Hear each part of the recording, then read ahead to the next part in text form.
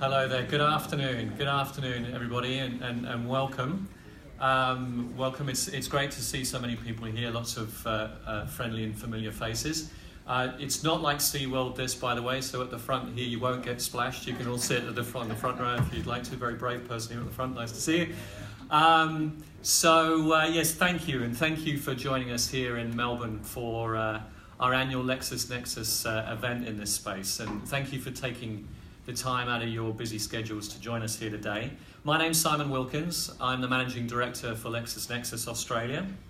I'll be the facilitator today for our panel and group discussion on this title, Legal Frontiers, AI to Ethics.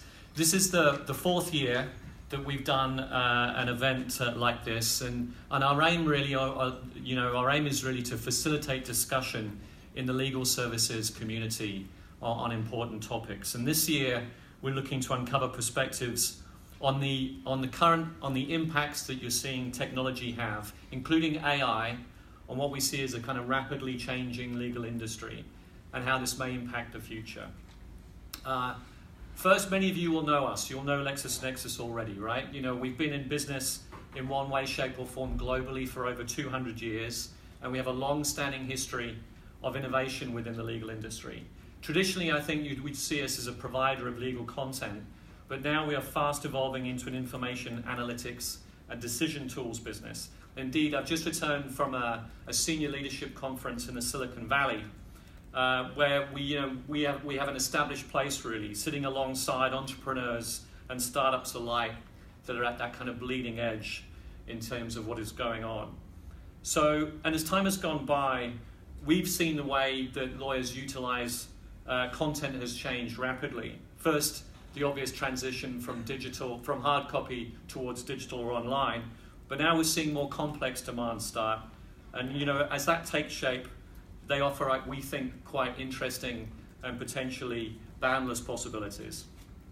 In the US, Lexus Nexus has acquired businesses such as Lex Machina, Revell Law, and Intelligize that help us extract quantitative insights from huge data sets to provide lawyers with the information they need to make decisions faster and more effectively than ever before.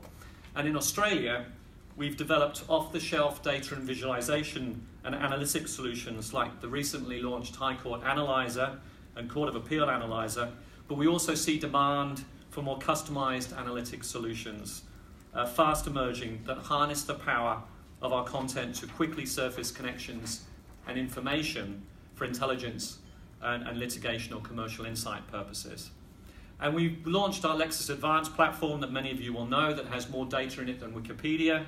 And like any good kind of software platform, it's continually iterative and developed with incremental improvements that are delivered every 6 weeks or so.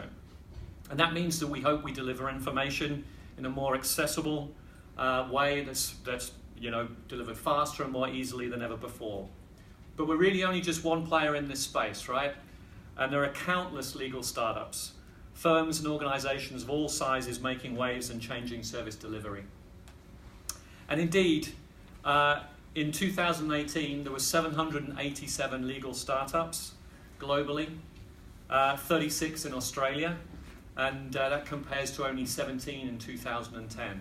So you can see how fast things are moving. And it's exciting to be part of that conversation. I'm looking forward to what will hopefully be a really fascinating hour or 15 minutes or so with you here and with our panelists.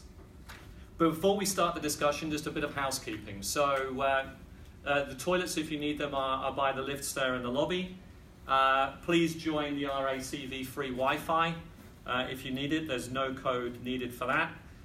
You can also join us on Twitter. We'll be live tweeting using the hashtag AI2Ethics18 hashtag, which you can see at the bottom of the slide. And also we're actually streaming live on Facebook.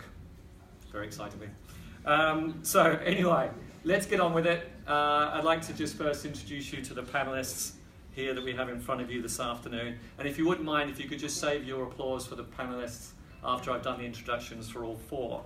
So first on the far right there, we're joined by Beres Amor, who is the Director of Technology at Cause Chambers Westgarth. Beres has worked in the legal sector for more than 25 years, starting in finance administration and then moving into information technology. In her current role as Director of Technology at Coors Chambers Westgarth, Beres manages a national team which includes client technology solutions, IT project delivery, IT training, help desk and service delivery, and infrastructure and applications support. Beres is also a knowledge advisor for the International Legal Technology Association and was selected for CIO Australia's top 50 CIOs for 2016.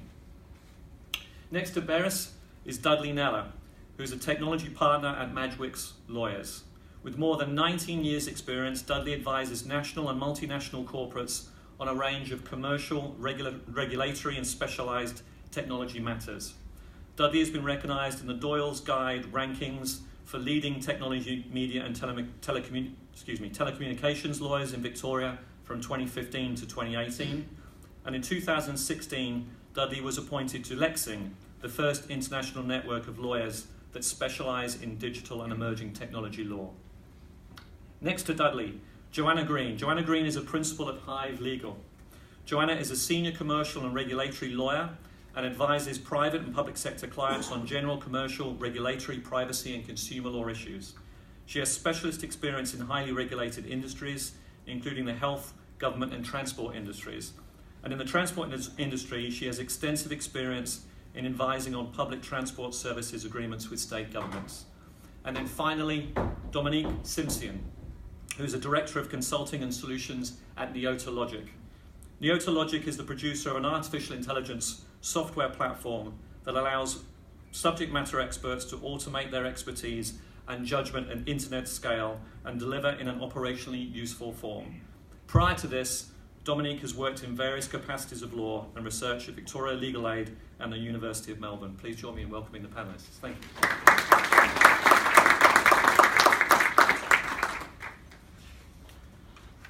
Okay, so I'd like to just introduce the first topic by playing a very quick video, which hopefully will work. This has something to do with my kids. Look what happens to your son. My son? God, he looks just like me. Within 2 hours of his arrest, Martin McFly Jr. was tried, convicted, and sentenced to 15 years in the state penitentiary? Within 2 hours? The justice system works swiftly in the future now that they've abolished all lawyers. Oh, this is heavy. Oh, it gets worse. Next week, a daughter attempts to break him out of jail, and she gets sent up for 20 years. My daughter? Wait a minute, I have a daughter? All right, so back in 1989, where they made Back to the Future 2, Doc Brown was referencing a world in 2015 where there were no more lawyers. There were hoverboards, if you remember the movie, but no lawyers at all. But in 2018, I think we can agree lawyers, I think, are far from being abolished. And as AI and automation make inroads into legal services, perhaps the way lawyers work will change more than has been immediately apparent. Because with this new opportunity comes added responsibility, ethical questions related to the growing use of technology abound. As tech becomes more complex, so too will its relationship with people, and new rules may need to be developed for this new frontier. So over the next hour or so, we'll explore a number of these key areas, from data protection to algorithmic bias. With a lot of ground to cover, I think we may only scratch the surface on some of this discussion, but I'll endeavour to do so and make sure that we do our presenters and the topics justice and get us finished on time. So let's get the discussion underway. First, we will be live polling. So during today's discussion, if you'd like to participate, all you need to do is grab your mobile phone.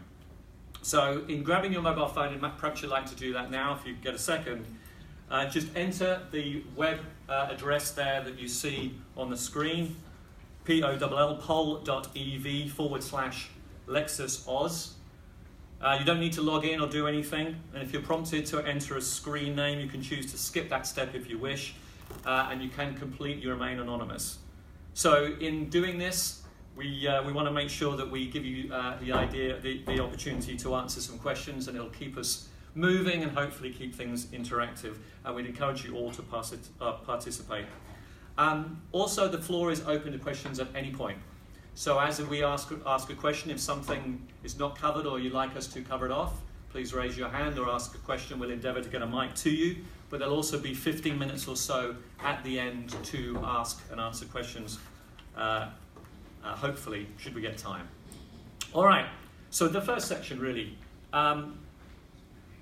looking at young lawyers. And this is a subject I think that has been covered off in many ways in the past, but it's always a good place to start and a good place to open. And maybe I'll ask each one of the panelists to respond here, and maybe keep their responses brief if at all possible. So thinking about young lawyers in a 5 to 10 year view, do you think technology has created opportunity for young lawyers or made it more difficult for them? And how do you think this might change in the short term? And perhaps, Dudley, if it's okay, I'll go to you first. You can. I thought I was going to get at least a bit of a warm-up question, and Beres was going to take that, but that's all right. Look, I think it's really going to come down to the knowledge and understanding that young lawyers have as they either are working their way through their law degree and whether they're open to change, and it's those lawyers and I think any graduate that's coming through that's realising that it's no longer a question of trotting off to university, getting your certificate at the end and away you walk into a new job. Law graduates, there seems to be have been an oversupply. They keep talking about this oversupply of graduates, and they've been talking about this oversupply of graduates for probably the better part of 10 to 15 years. So does technology present opportunity for those graduates coming in as lawyers in this, I guess, technologically advanced world? I think it does, but it really depends on whether the lawyers and graduates that are coming through are prepared to embrace that change, and whether they understand that it's not about lawyering anymore, it's about having skills in different areas, whether that's taking the time and effort to go and learn some coding, whether it's adding some other skill set so that you remain relevant to clients that are asking for a lot more. I mean, Beres and I were just talking before that clients don't necessarily come to us now asking for legal solutions. They have a business problem that they want resolved, and we look to try and resolve that by fielding multidisciplinary teams, by bringing in resource from other areas, whether they're from L&D and they're providing design thinking solutions to a particular problem, whether they actually they need some technology assistance to also support that outcome. So clients are asking different questions. They're asking for their lawyers to solve business problems, not legal problems. Beres, I absolutely agree. And with the opportunities for graduates, there's just different opportunities, I think. Although it does concern me, for the last 2 years, we run a graduate academy for all of our graduates. We bring them from all offices to Melbourne. And for the last 2 years, I've run the first session, which is a legal technology session. And last year, one graduate had done a technology subject, and this year 2. And that quite concerned me. And when I gave them an hour of 101 on legal technology, I'm pretty sure I made their head spin. So I think we need to look also at what they're teaching law students at university. Thank you. Dominique, sorry. What are your thoughts on it? I think it's very much both. It's creating opportunities, but it's also getting rid of opportunities that were there and are there at the moment. I mean, it's not going to happen overnight that opportunities are just going to disappear, but it's not like a paralegal is just going to be suddenly replaced with a robot, but there are certain tasks that they are going to be performing that are kind of monotonous and repetitive that will start to get phased out. But I think that just means the actual work is getting moved elsewhere. So if there's a machine learning tool that's doing those sort of, or say it's even just document automation, there's still someone that actually needs to do the document automation work. Who's going to mark up the documents? So it is different, and I think it's very much universities are going to need to start recognising, and they're trying, that there are some other skills that graduates are going to need, not just kind of hardcore law. It's these kind of soft skills, tech skills that they need to be skilling up on. Thanks, Dominique. Joanne? So I agree with what everyone else said, but also a couple more points of we rely and continue to rely heavily on our junior lawyers to actually be the coders, be the people that are actually much more savvy with technology than typically the partners or the senior associates. So there, people, juniors now are coming through much more technologically savvy than we were even 10 years ago. And I think people also should take a longer term view that there's many other good uses for a paralegal and a junior lawyer and a grad other than discovery or due diligence. The longer term purpose for a grad and a lawyer typically is to become, more senior and more experienced. And, often I still hear of, you can't find a good 3 to 4th year lawyer, you can't find a good, 5 to 6, 7 year, lawyer. Well, you've got to take a grad and, train them and support them and add water in a couple of years and, actually you've got a decent lawyer in a few years' time. So I think you need to take a longer term view. So, Okay, thank you. And no matter what we think about technology, obviously it's here to stay in our industry, and there are opportunities and advantages. But it's interesting. In 2013, the American Bar Association revised the ABA model rules of professional conduct to state that lawyers must be tech savvy in order to provide a competent representation to a client.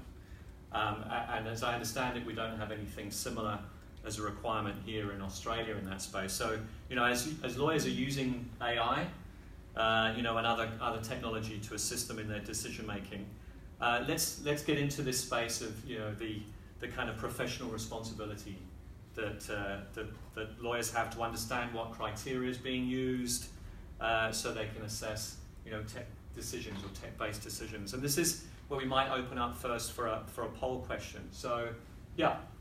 Our question here is, do lawyers have a professional responsibility to understand the tech they use? Hopefully you'll see that on your screen, on your mobile phone, anonymously, or otherwise you can give us your response to that question. But I'm also, the panel of course can do the same thing, which I think that a couple of them are doing, which is great. Joanna, as you're not doing it, I'm gonna ask you this question. What's your view about professional responsibility space in understanding the workings of technology? I think you absolutely have to know the limits of the tools that you're using, or the team that you're using. It's part of the toolbox. You can't just offload the problem or assume that something else is going to take care of it. If you're putting spell check through even something as basic as that, you've got to know what it is looking for, what it can look for, and what it won't see. So you still need to spell check your own documents, and that goes all the way through to using AI or using to do your due diligence. You need to check what the results are saying, but you need to know what it's looking for to what you need to look for as well, I think. I agree. And I think that AI allows you, it focuses you on those areas that you need to check. But I'm going to be a little bit provocative here. I also would challenge any person to sit down and read a data set of 3,000 documents and look for anomalies to be able to say, I'm not going to miss anything. I think that we certainly set high standards for AI, and I get that. I understand why. But I think people make mistakes too, probably in some instances more mistakes. Any other thoughts, Dudley? Yeah, look, I mean, there's tech savvy and there's tech savvy. I think obviously the US has an approach, and I did a little bit of reading around that, and when they talk about being tech savvy, it's having familiarity with Microsoft Word and how to create documents and edit documents. So that might be at one extreme, and I think we take for granted that people need to have an awareness of how to get around Outlook and use emails, but whether that extends to being able to understand the underlying coding that's going into the technology that you're using to deliver a client solution, I'm not sure that that's required or necessary. I think you've got to draw a line at some point. Otherwise, you stop being a lawyer and you start being a technologist, and I'm sure that the two will blend at some point, but we're not quite there yet. Any other thoughts, Dominique? I think there's that sort of baseline tech literacy that I think should be expected of lawyers, so that they can spot the opportunities for their clients, just be aware of what's out there, and know how they can actually help their clients and provide better value. But then in terms of that next step about actually knowing the code behind and all of that, I think it's very dependent on what the lawyer's actual involvement is with the technology. If they're just an end user, they should know how to use it, and more importantly, how not to use it. And that really just comes with training, and if they're not getting training, they need to put their hand up. So that onus, I think, is kind of on them just to say, I need training and know how to use it, but they don't need to know how it all works in the back end. And then there's that other step up of actually, if someone's implementing the solution, then they might need to know a little bit more, but they still don't necessarily need to have, understand the database structure behind it. But they need to know that someone needs to understand that. So that's when you need to involve the IT team, especially around security. It's that, you might have a kind of blind spot because you just don't know how it all works. You just need to make sure that someone does. Thank you. Interesting enough, everybody here seems to pretty much generally be on the side of a professional responsibility, or at least leaning in that direction, which I think is certainly interesting. Oh, somebody changed to say no, just to keep me on my toes, which is really good. But I think that transparency in technology obviously is something which is talked about a lot. And Dudley, you and I are actually talking about this before we kicked off today. This idea of trust, or lack of trust, and being ready to trust machines or machine learning to kind of make decisions. Do we think that's starting to happen, or again are we still feeling that people have to play a big part in these kind of things, or there has to be a level of intervention or interception at all times? Look, when we were talking before, we were talking about the duplex example of someone ringing up and getting a hair appointment using a chatbot, and thinking that they were dealing with a hairdressing salon that was organising a haircut for them, which was great. And everyone has a bit of a giggle and a laugh, but the sort of the underlying lack of transparency in using that technology, where it was really trying to trick the human user and pretend that it was something that it was not, really doesn't do AI technology and the use of that any favours as such, because people will be less trusting of technology if they feel that it's there to trip them up or make them look foolish.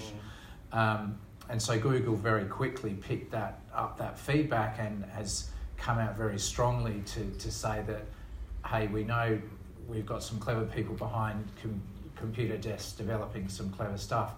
We want to be a bit more transparent about how we engage with our you, our audience, in terms of the people that will ultimately be using it and having the benefit of this technology. So they kind of recognise that, oops, that's maybe not a good approach from our perspective. We kind of got a bit big for our boots, where we're kind of wrapped up in the technology and not really thinking about how we want that to be presented and where we want to gain trust from people. And if we're trying to trip them up and make them look stupid, then people won't want to engage with that technology at all.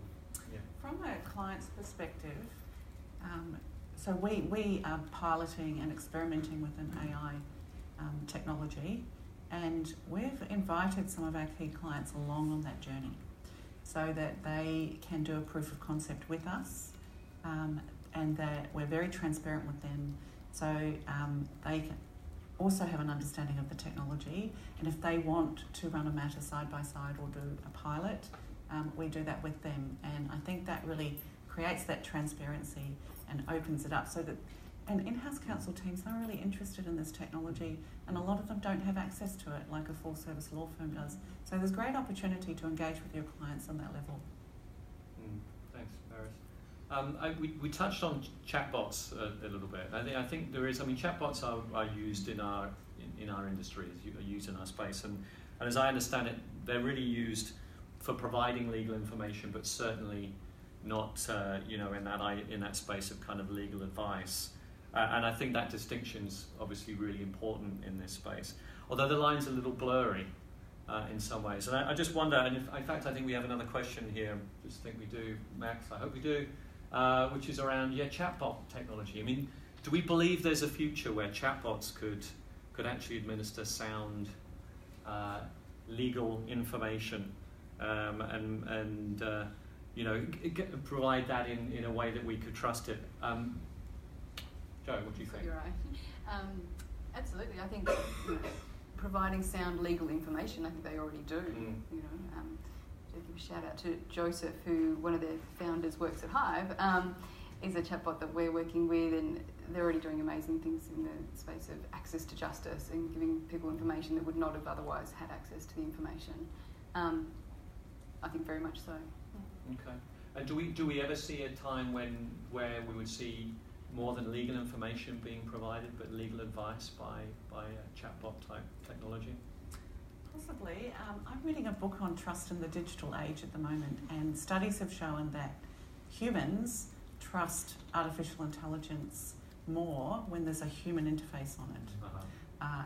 We haven't got, or we may be moving towards that direction. I think that will make a difference, and there are certainly some companies that are creating that digital human interface to artificial intelligence. Interesting. Again, from the audience here, we're seeing a response there that says it depends on the matter, which somewhat makes some sense, I think. And again, it's that notion of how nuanced, how complex, how procedural. I guess all these things certainly come into play in terms of that space. And again, I think contextual nuance is incredibly important. Let's move on. Let's move on into a subject which I think has got an enormous amount of media coverage recently. Not a great surprise. That's the subject of data privacy. Clearly it's a topic that maybe we can go down a major rabbit hole around. I think we could spend a whole hour or so just talking about this particular piece. I mean, data breaches and privacy breaches, I think, are becoming more and more common. I'm sure everybody can remember the Cambridge Analytica story. I'm sure that people are making their own decisions now about their My Health record, opt-in or opt-out, November the 15th, for people that don't remember the date. And I think people obviously are becoming more and more aware of what data is being stored on them and how it's being used. Of course, the flip side of that is that AI, I think, in particular machine learning, we need to become a little bit more comfortable with the idea that there is certain data that we might need to hand over, or we might need to feel that is made available. Dominique, what do you think about this area? I mean, can people truly consent to their data being collected without explicit knowledge of how it's going to be used? Is there a middle ground here somewhere? What are your thoughts? I think that's definitely something that's going to be explored when GDPR is getting applied, because that's really looking at where is that middle ground. And I think GDPR has gone one way and kind of really putting the person first and their data first. And just being able to see how that plays out is going to be really interesting, especially around these sort of machine learning algorithms, because GDPR requires that you can show a user where their data is being used. But what extent of that is the question. Sure, if you tell them your data is being used in a machine learning algorithm, is that enough? Or do you actually need to show them exactly how it's being used, which is really, really complex. And actually being able to try to explain that, or even if we can explain it, is one of the most difficult things about machine learning. So where exactly that's going to land, I think we're going to see in the next little while when GDPR is kind of getting put into play. Paris, as a director of technology, I'm sure this is something that's high on your agenda. Yes. What are your thoughts or your concerns in this space? There's two aspects to it. I guess there's personal information, which of course we treat with the highest level of security. There's also our clients' confidential legal information, their legal documents, that is also treated in a similar way. And when we talk about analysing, we're certainly looking at a project to analyse our different repositories of data to gain better insights, not just for us, but for our clients as well. But that's not dealing so much with personal information, and we can certainly use tools that can redact certain fields, because you can deliver some insights without having to know, personal information or information about individuals. It's a challenge that we have to deal with, but what fascinates me is we are concerned about this, but there are so many people who will install an app on their phone and just go accept without reading it, and they've just given permission to who knows what to access and analyse their data. So while I think there is certainly a focus on it from business perspective, I think that people are still not so concerned about their personal information and how it's used. We have a care of duty to make sure that any personal information we collect, and I'm sure everyone here does, but I just find it fascinating that people don't take the same care when they're using consumer applications. Joe, your thoughts on this one? I think it's interesting. I think there's definitely much more role for de-identified information, anonymised, using pseudonyms. But I wonder whether there could be more value, or it might be possible to actually put limits within the machine learning, or actually to ensure that you're just using that information in a certain way, but you're not actually then disclosing it, or using it in an identified way. Yeah. But I think consents could be drafted to the extent of actually trying to describe what we know, how it will be used. And I think back to the clinical research environment in the health sector, there are situations where they try and explain, is the consent just for this project? Yeah. Or do we have your human tissue or your information? Can we use it in future for these certain things? Or is it just an open consent? Can we use it for whatever we like? And that's as specific as you can almost get sometimes. Yeah. But you're asking for it, you're being transparent about it. And getting it. We're also being increasingly audited by our clients on what we do with their data. Uh-huh. I'm sure everyone here is too. So, there's certainly more awareness. Yeah, it's interesting. In the comment I made earlier on about being in the Silicon Valley, being in Menlo Park, we were joined there by Reid Hoffman, who was one of the founders of LinkedIn, and a question was asked of him, what's his thoughts about this particular space? And interestingly, he said, I don't think there needs to be more regulation. I don't think we need to, create more rules here. It just needs to be kind of a loosely based coming together of like-minded organisations to ensure that they don't do the wrong thing. But maybe that's what you'd expect Reid Hoffman to say. I don't know, but it was quite interesting to hear that.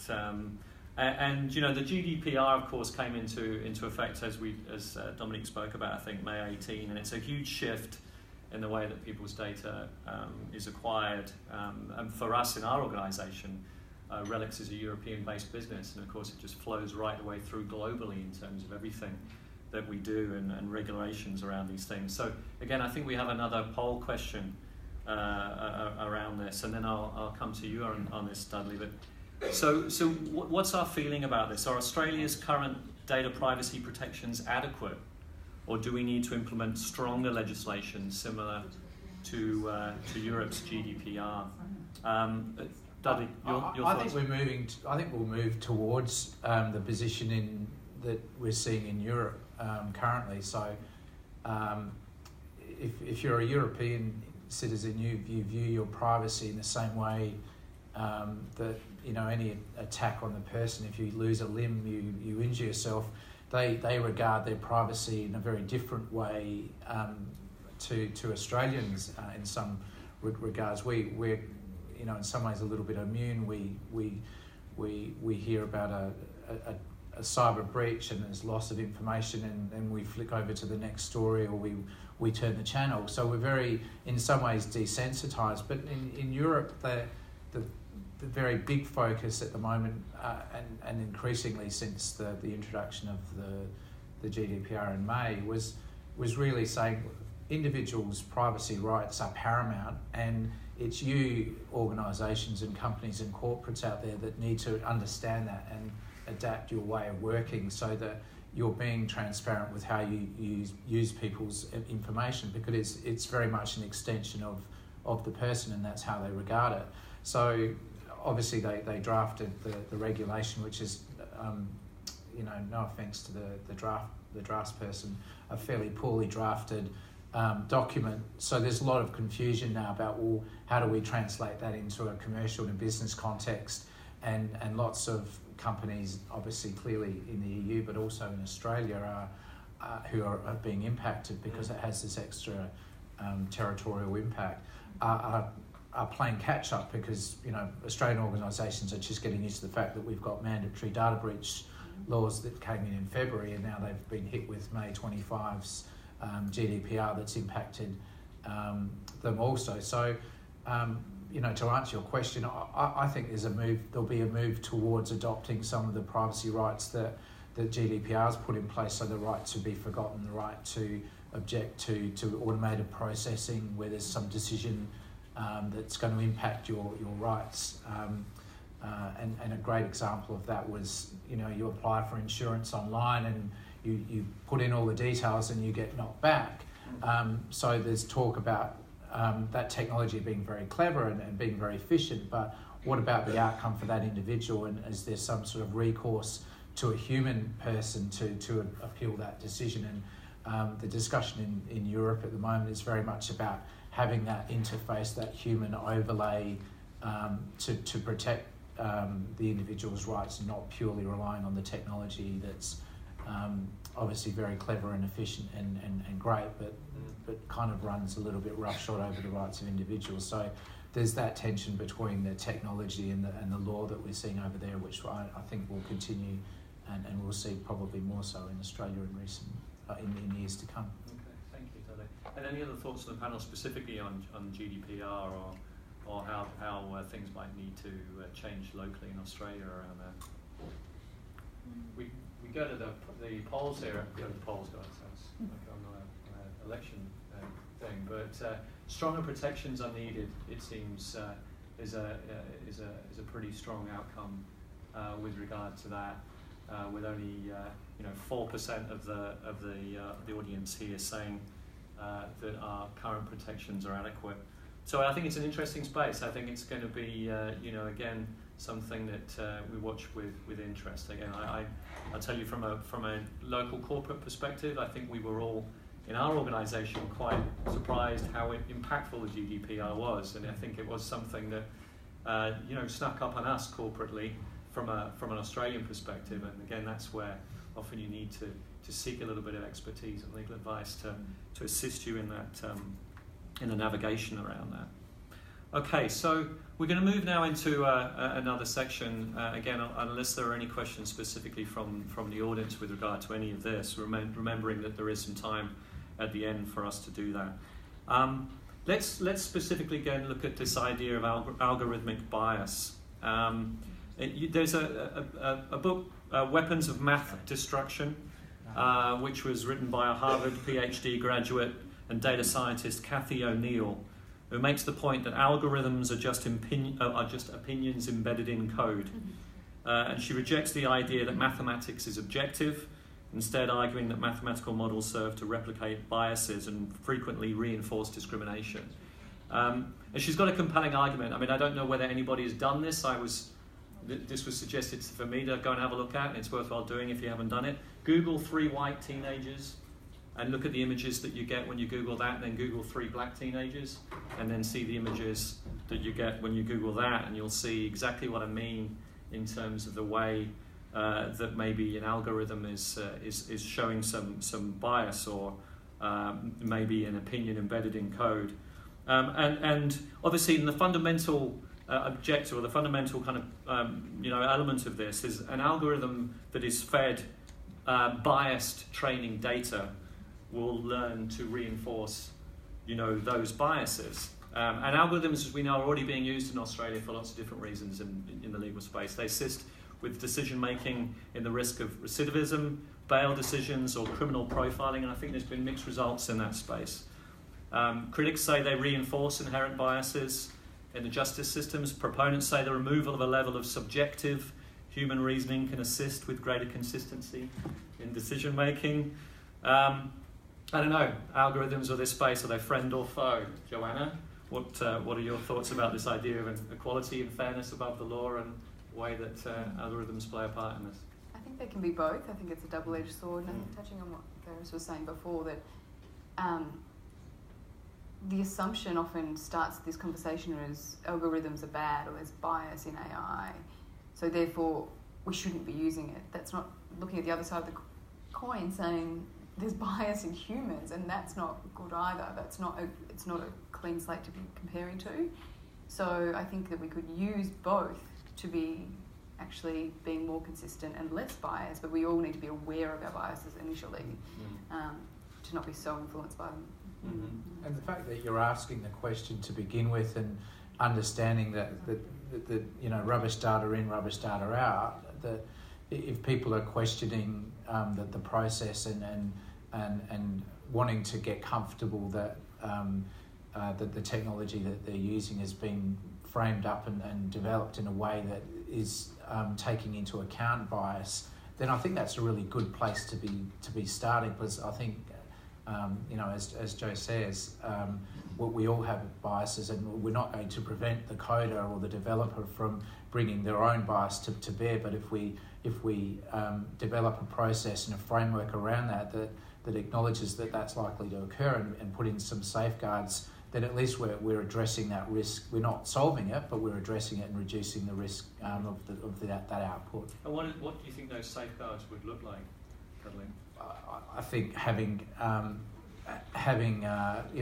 people from different backgrounds involved in that development process. So, here I am. I'm a married, middle-class, white, entitled male. I'm going to have a certain view about certain things. Having some variety in that development process, which takes account of people from different backgrounds, from different diverse, with different diversities, they're going to have a different view of life. They've come through. They have different life experience. So acknowledging that there's something from people with different backgrounds to add and to make sure they're involved in the process and that they're involved in designing the process as well. A great example of this, which some of you may have heard of, is in March 2016, Microsoft launched an AI chatbot called Tay, and they let it loose, and they shut, I think it's supposed to mimic a teenage girl, and they shut her down within 24 hours. Her Twitter account had started tweeting racist and offensive rants, if you like, because it had been taught that. And it was just fascinating that so quickly this AI had started to spew this information that it had been taught by people interacting with it.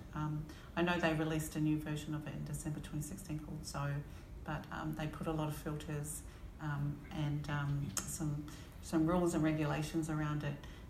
But certainly I think that's one aspect of it. I think another aspect that we need to consider with AI is context. And I'm not sure that all AI programs have that concept of context. Now, in relation to AI in legal, there are many different AI systems, Neurologic being one of them that firms can adopt. I think it's the IP and the training that you give it is your point of difference. And I would also say that you need to have a training plan, because if you, again, let it loose and you have different lawyers teaching it different things, that AI is going to get confused. But there's great opportunity there if you put that plan in place and you treat it like you're training a grad, I guess. Dominique, Neota was referenced there by Barra. So what are your thoughts? Do you guys have a view at Neota, or do you have a view on this you'd want to share? Yeah, I don't want to speak on behalf of Neota, but also, I think, well, in terms of something that's going to kind of make sure that it's not kind of doing things that you don't want it to, is about transparency, especially in the judicial system. For example, you've got, if it's making a decision about whether or not you get bail or what your sentence is, I think you just have to have transparency over what factors are going into that account, and you need, people from different backgrounds or, policymakers explicitly deciding these are the different factors. If you'd committed a murder before, that's going to extend your sentence by X. I think one of the problems at the moment is what we're implementing is, instead of that sort of factor analysis that's kind of not using past data to predict, instead it's actually kind of going on the forefront and saying this is what we want to be taken into account, and then run it over that, and then that should be able to actually show you, once it's gone over a particular person's bail application, this is how we decided it. Instead, what we're seeing, especially in the US, is a lot of these predictive algorithms that are looking at past data and past behaviour to determine how long and whether or not you should get bail. And I think one of the problems is it's not necessarily that it's biased. It could be true, but it may be something that we don't want to be taking into account. So if it starts taking into account, socioeconomic status or gender or something like that, and it might find that, a male is more likely to commit another crime in this particular area, do we really want someone's sentence extended or their bail denied because of their gender? It just kind of seems a bit wrong, and we need to have that transparency over actually what's going into these algorithms. And in the US, they just seem to be all sort of proprietary algorithms that you can't see, which is just a little terrifying, to be honest, I think. interesting kind of topic area, and again, it leads us to another poll question, which we will ask, which is a big area to kind of land on as we come in to finish our discussion here. And this is this idea of how AI potentially poses a threat to human rights. Now, LexisNexis is working with the Human Rights Commission on exploring the idea of how technology can play a part in human rights and a disadvantageous or advantageous part, and we're delighted to be part of that discussion. But it is interesting, you know, as a pretty big question in terms of where that leads us.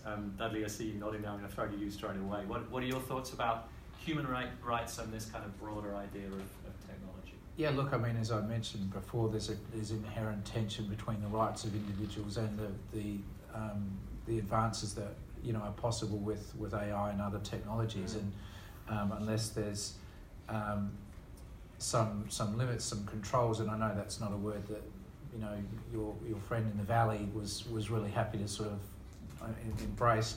Unless there's some context to that, so that understanding the technology needs to have some human application, and that the rights of those individuals who it's going to impact and be affected by, it needs to take that into account. So it can't operate in a vacuum. It can't operate without sort of taking into account the fact that it's going to be applied in a human context. And I think understanding that and ensuring that the development of that technology, you know, takes into account its ultimate goal, which is to whatever it is, improve efficiency or you know, deliver some sort of outcome, that it does it with a human element in mind. And I think when the two are divorced, that's when you'll see those problems. Joe, what are your thoughts about this kind of paradigm or this dynamic of human rights and the whole pervasiveness of AI in our society? I think it's a double-edged sword, but I'm not personally as concerned perhaps as others. Maybe because I have an optimistic confidence in the rule of law. Perhaps it might be slow, but and believe in the goodness of people as well, that are developing and doing the coding, and you know that how AI is being adopted. Robots are not going to take over the world by themselves. It's humans that are, you know, designing them, and humans that are implementing them and tailoring them for the circumstances. So I think they have the power to, but I hope not. I agree, Joe. I'm very optimistic about this. I think that AI can be used for good. It can give access to advice and services, not just legal, that people, you know, some people might otherwise not have access to. And Dominic, your thoughts? I think it's very much based on the humans behind it. It's not the AI that's going to be affecting human rights. It's the humans that are designing the AI, and it goes both ways. There's some amazing advantages we could have, especially in the access to justice kind of area. But on the other hand, there are some, you know, talking about driverless cars. If people are programming driverless cars to do, or, you know, weapons really, to do things, but it's the people that are programming it. It's not the machine that's kind of learning. You know, it's learning from humans if it is learning anything. Which brings us to the question. I mean, do you think there'll ever be a stage where you'll have to license or record an algorithm so you can trace it back to the person who created or the company that created it? I don't know the answer to that, but there's certainly a whole can of worms around using AI, or someone taking an algorithm and then changing it and creating, you know, something that's not good. Yeah, so I don't know how we trace that, how we track it. Yeah, fascinating. Hey, I mean, again, being a business as we are, where we talk about content and data being interchangeable, you know, terms. We talk about our content being data, and what is really fascinating for us is we have more and more partners coming to us and saying, "You've got the content, which is the actual bit that we need. The algorithm is just doing the work, right?" So it's fascinating. We are not thinking in that way. We're thinking much more. Our business is about that element, not so much that. So it's fascinating. What is interesting here, of course, is that when we look at the audience poll, what's that? 74% are not necessarily as optimistic as members of the panel here. around AI and how it potentially poses a threat to human rights. I think it is a big subject. It's one that again is worth exploration. There is a paper, as I say, and some work that the Human Rights Commission are doing in this space that we're involved with. Would invite you to grab some of that information on the way out if you didn't on the way in terms of understanding how that dialogue or that exploration is going to go. At this stage I'm going to open up the floor for questions for the panel. We do have a couple of roving mics that are around. We didn't do justice, I know, to a number of different topics.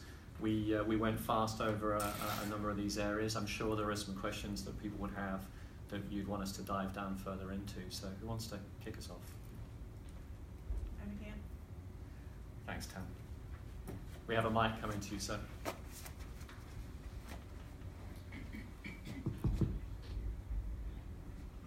I just wanted to know the name of the book that you were talking about earlier. Oh, that you were reading. The book is Who Can You Trust by Rachel Botsman. Okay. It's a really good book. Have you read it? No, Rachel. Yeah. Any other questions? Thank you. You touched earlier on the question of consent in terms of privacy and information that's being used. I'm just wondering, do you have any views on, I'm conscious, for example, if somebody in the past had given consent to use of their genetic information and how that can be used now compared to what was possible or even imagined at the time they were giving that consent. And I have no reason to assume that's going to be any different from if we give it consent now to use information for a particular purpose, but that purpose may expand way beyond what we imagined, and how you can get that back, or I can't see that once you've given it. So do you have any views as to whether people need to be very cautious about? The My Health Record question for me, it touches on that, but. I'll take that. Just at least part of that question. The GDPR does recognise that as a particular risk. So when consent's given for a particular activity, if that activity evolves, changes, and the organisation wants to do something clever with it because some new technology comes along, then they have to go back to that individual and get that consent again. So the trend or the theme that seems to be coming out around the question you've been asking is, if you're doing anything different with the information that you've got consent to use, then you need to revisit that consent, and you need to be obtaining that consent and on an ongoing basis, and not just taking the original consent that was given way back when and assuming that you can go to town on that information and use it in whatever way you see fit. So that's probably more of a theme that's occurring in Europe. It's not something that we see here so much. I think a lot of organisations here, they tick that box when they've got the consent, and then they rub their hands with glee and think, right, what can we do with that information? How can we use that in a different way? And the Privacy Act does acknowledge that's a risk, and there are requirements around primary and secondary use and use in marketing, but it hasn't quite got to the same point that the GDPR has, which it really recognises that risk and is telling organisations that they need to be having regular conversations with their customers and individuals they obtain information from. Thank you, sir. Any other questions? Hi, I'm interested in what the panel's views are on what they see as the most likely disruptive technologies in the next 5 to 10 years in the legal profession. This is a Ferris question. I couldn't say in the next 10 years. What I will say is that I actually think it's going to be more about the data than the technology. It's the technology that can deliver insights from data. There's just going to, obviously we haven't touched on blockchain, and we're not going to. But I think that will have an impact, artificial intelligence, machine learning. So, I, as a legal technologist, I can't look that far in the future, but I certainly don't. I think data is untapped at this stage. I think a sort of prelude to that is actually creating the data though as well. So we've got, there's all these machine learning algorithms and all of that can look at the data and provide really interesting insights, but in law firms a lot of the time that data is unstructured and we need to first implement the tools that are kind of not always that exciting, like document automation, to get that data in the first place and to be capturing that data in a structured way so that we can then provide those insights. So I think just, it's not the exciting thing coming in the next 5 to 10 years, it's kind of coming in now, but it's something that needs to be implemented so that we can get to that point where we've got these really valuable insights and getting consent and working out how that all works is definitely going to be kind of the next frontier. I would like to add another spin on that. I think overall that the more technology we have, the more efficient we are, the quicker we are to do things, the less we need grads to do a due diligence or a discovery, that kind of law firms need to be focusing on, well, if we're not taking so long to do things and charging by the hour, how are we going to continue to make the money that we did or the profit that we did? It kind of goes against the drive for innovation and to be efficient. So I suggest that fixed pricing, value pricing will actually be more disruptive.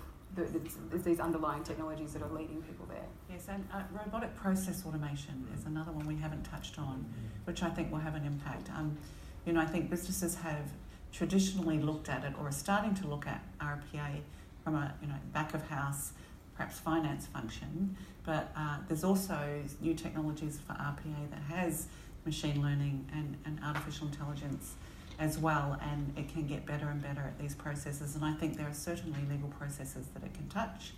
I also think, I'm going to be quite bold here and say that for firms that perhaps have looked at offshoring some of that legal process outsourcing, that RPA could deliver perhaps even more cost-effective service, and I also think that this is a service that we can offer to our clients as well.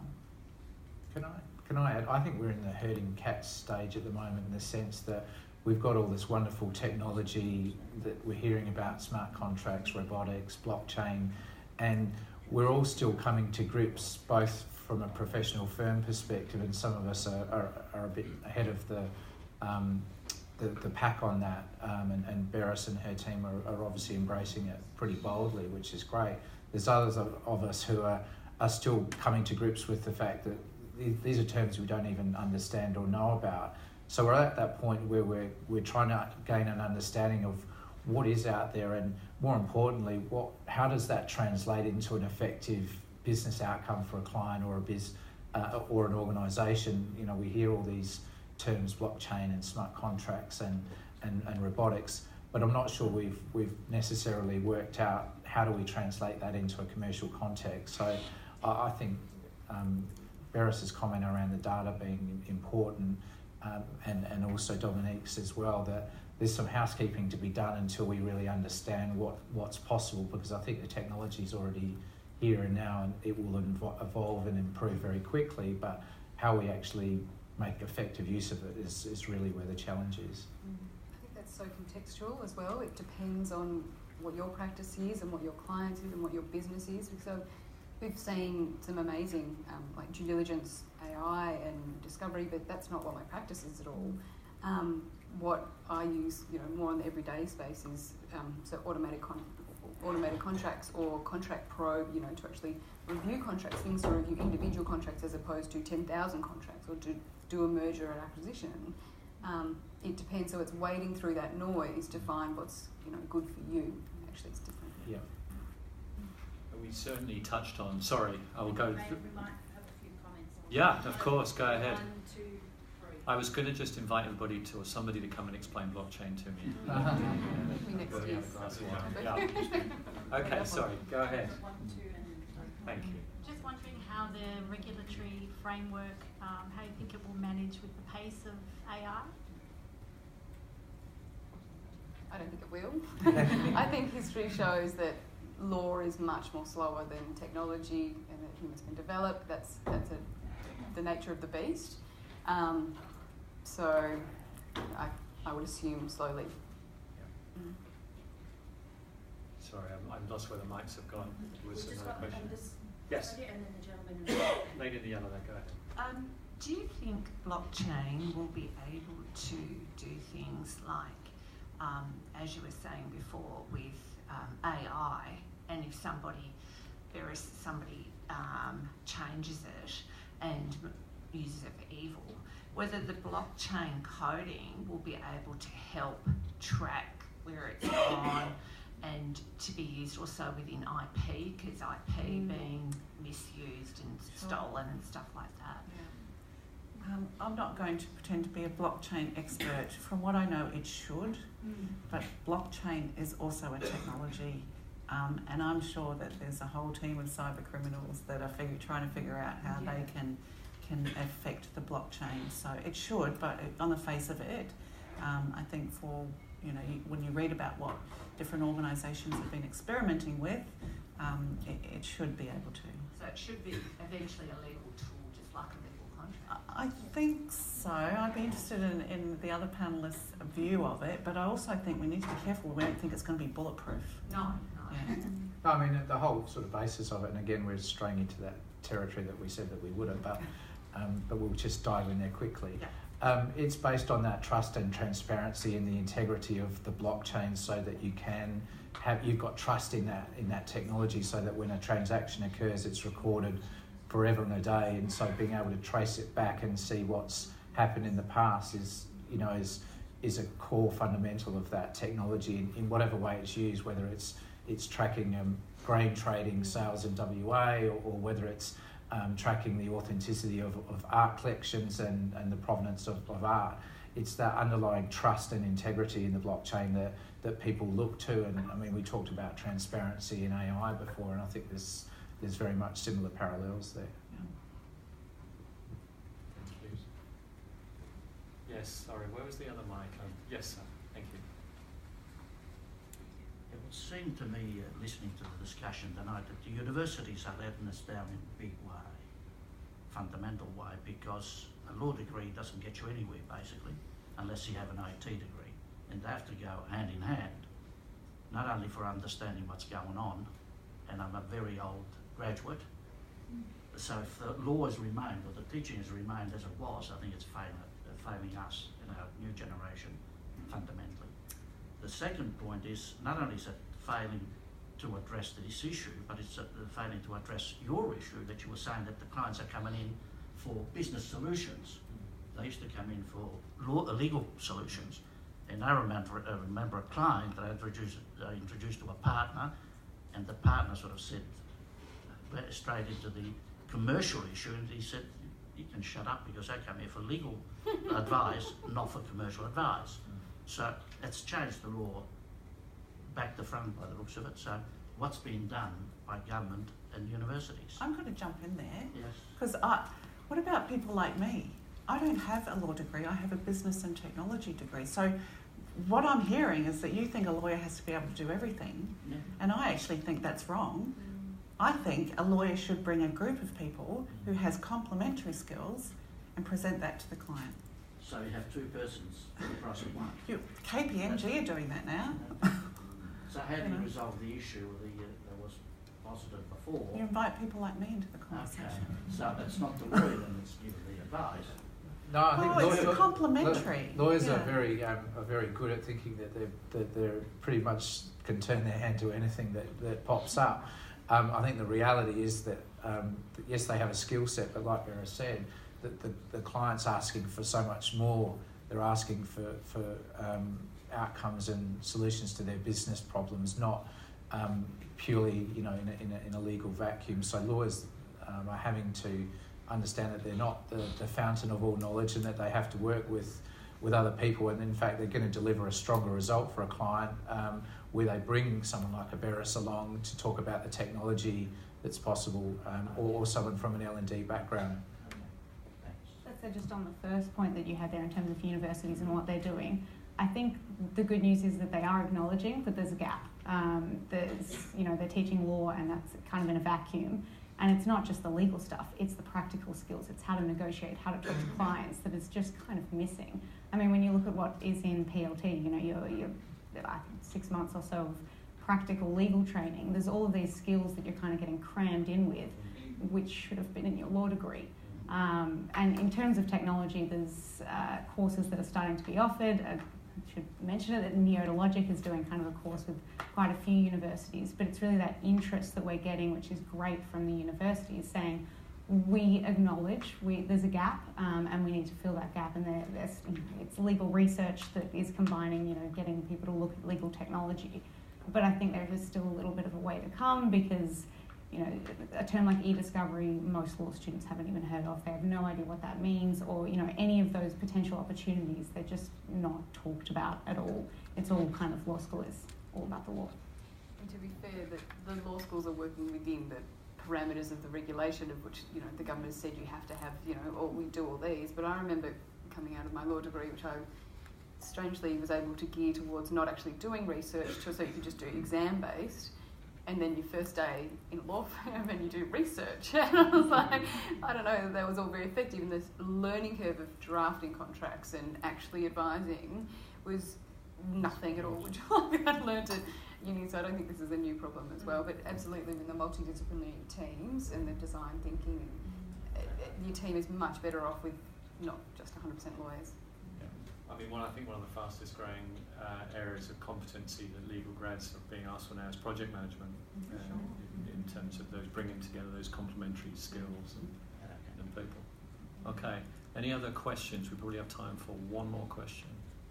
We'll be Yes. very quiet, haven't we? Yeah, it's all right. Yes, sir. I think it was generally agreed by the panel that it's really coders' responsibility to make sure that algorithms perform their function and work within certain parameters.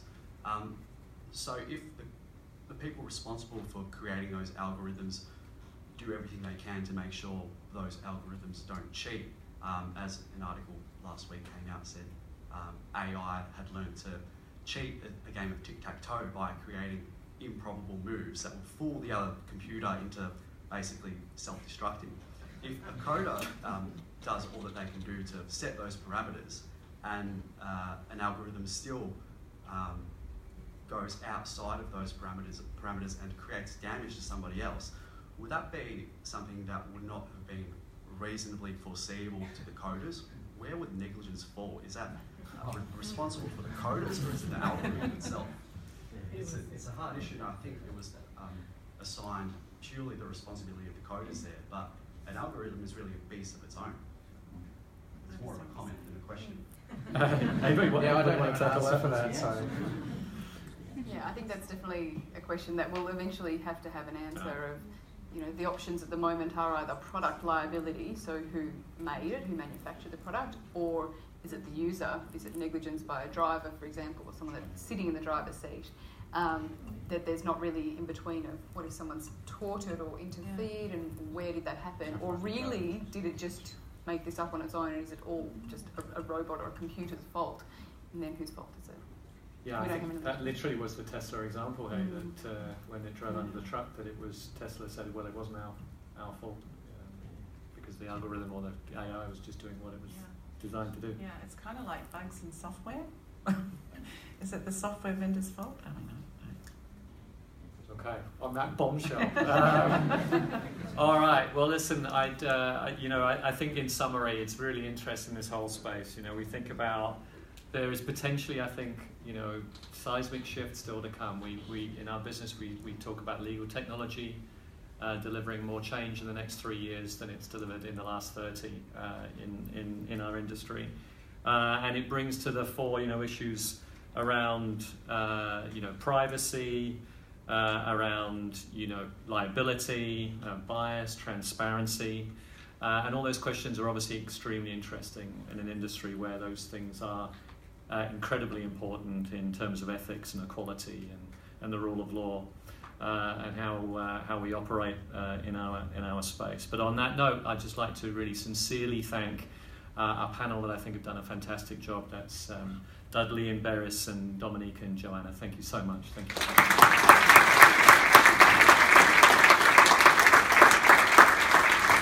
So as I said, we will just collect the insights from this. We will distribute those to everybody that joined us here today. We also have a survey that we do, which we'll also share with you, and will be available on our website. And I think everybody who came, or everybody will receive an email with that link. So I'd like to just thank everybody again for coming along and spending some time with us. I think, Tam, we've still got drinks and those kind of things outside. We'd love everybody to stay for a few minutes and let us know what you think. But thank you so much for joining us again. Thank you.